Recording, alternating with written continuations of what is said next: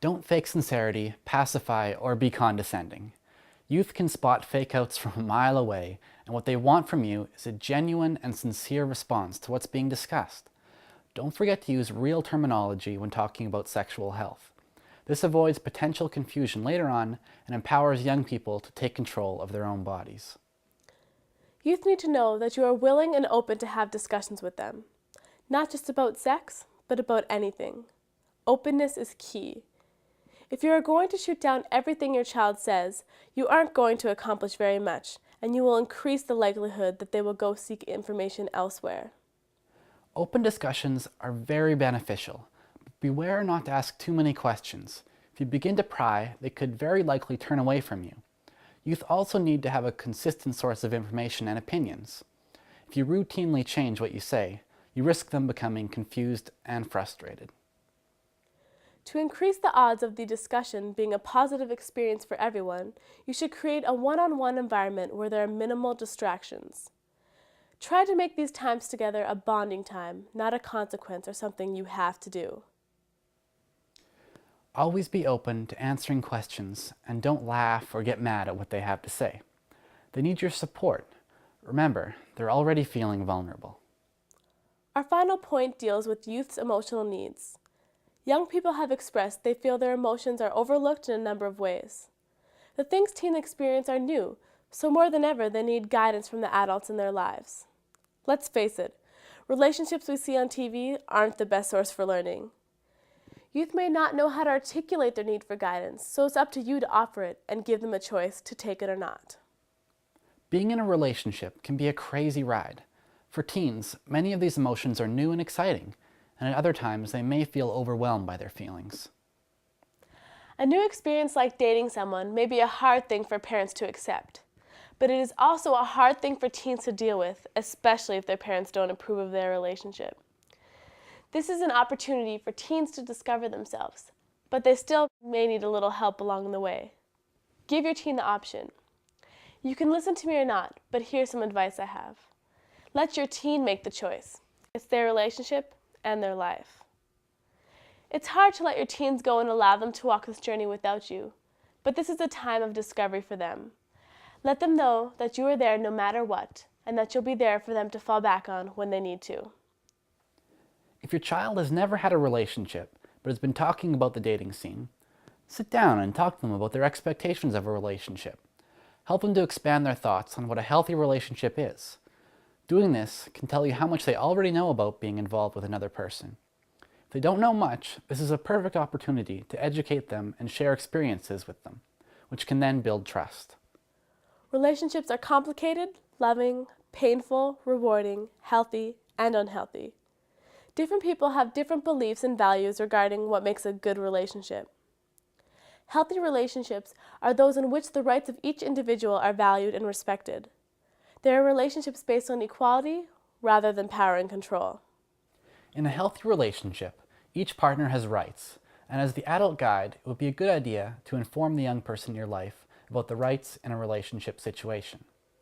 Some of these rights include the right to emotional support, the right to be heard by the other and responded to with courtesy, the right to have your own point of view even if it differs from your partner's, to have your feelings and experiences acknowledged as real, to live free from accusation and blame, free from emotional and physical threat, from criticism and judgment, and from angry outbursts and rage, and the right to be respectfully asked rather than ordered.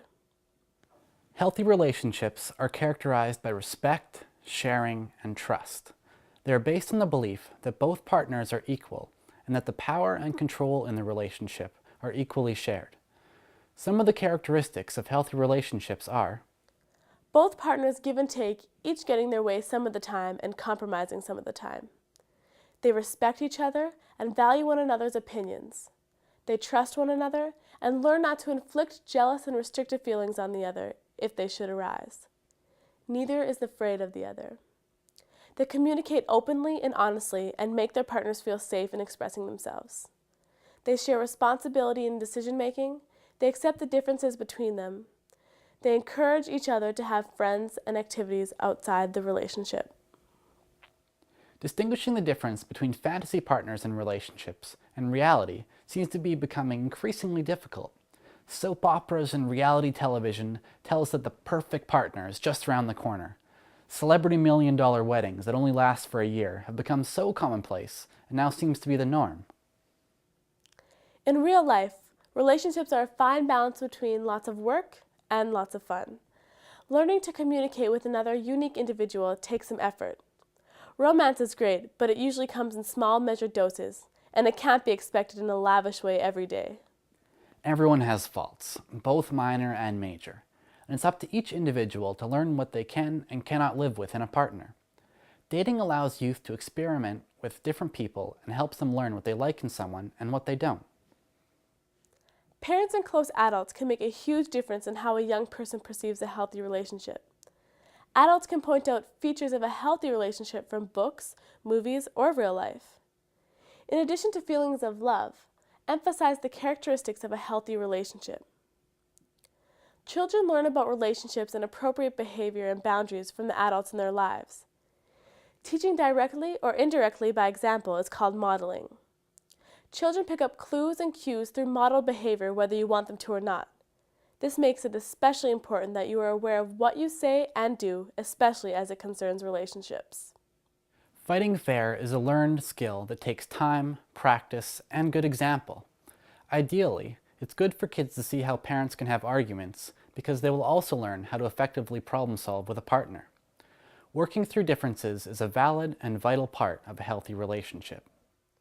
Often teens have said they want to make their own mistakes and learn from them on their own. They don't need you to hold their hand, but they do need your support along the way.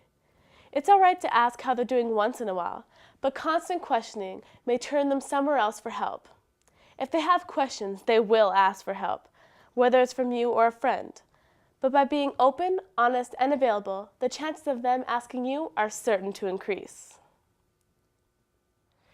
In creating a safe environment where discussions about sexual health can occur on a regular basis, where adults are open and available, work to develop trust, and recognize embarrassment as an entirely surmountable obstacle, young people will be more prepared to make informed decisions about their bodies and feel empowered throughout their lives.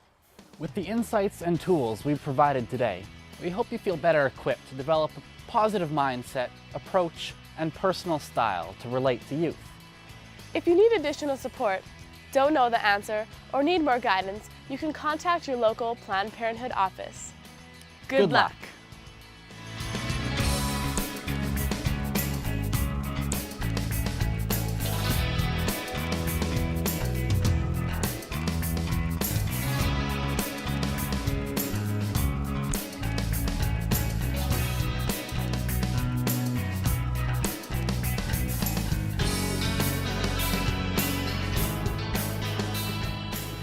That was rough. Wasn't that rough? It worked? Oh. I read that. During these talks, you may not know if your child understands what you say. Their reaction may be hard to read, and they may become defensive.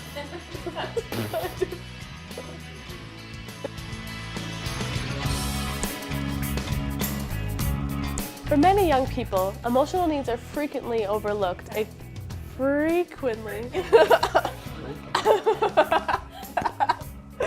They're based on the belief that both partners are equal, and that the power and control in their relationship